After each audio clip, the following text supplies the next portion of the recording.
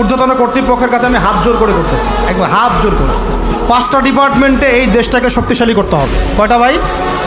1 নম্বর শিক্ষা, 1 নম্বর প্রত্যেক মুসলমানকে কোরআন এবং সুন্নাহর শিক্ষায় শিক্ষিত করতে হবে।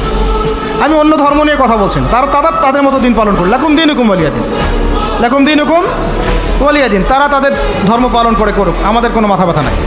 প্রত্যেক মুসলমানের বাচ্চাকে কোরআন সুন্নাহর শিক্ষায় শিক্ষিত করতে হবে এবং একই সাথে এই যুগকে চ্যালেঞ্জ করার জন্য যত সাবজেক্ট দরকার সব সাবজেক্ট আমাদেরকে শিখতে হবে ইনশাআল্লাহ।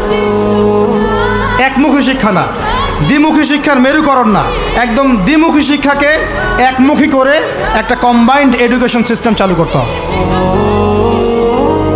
যদি আপনারা না পারেন আমাকে দায়িত্ব দেন, আমাদেরকে বলেন যে ভাই বা ছোট ভাই, তোমাকে আমি 1 বছর সময় দিলাম, শিক্ষার বিষয়গুলো গোছায় দাও। বিনা পারিশ্রমিকে ইনশাল্লাহ করে দেব, কোনো সমস্যা।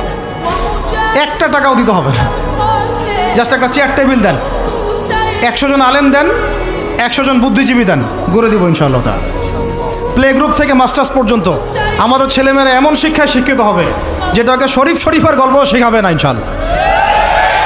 বরং আমার ছেলে পাইলটও হবে, বিমানও চালাবে, আমার ছেলে ইনশাআল্লাহ হাফেজও করানো হবে ইনশাআল্লাহ।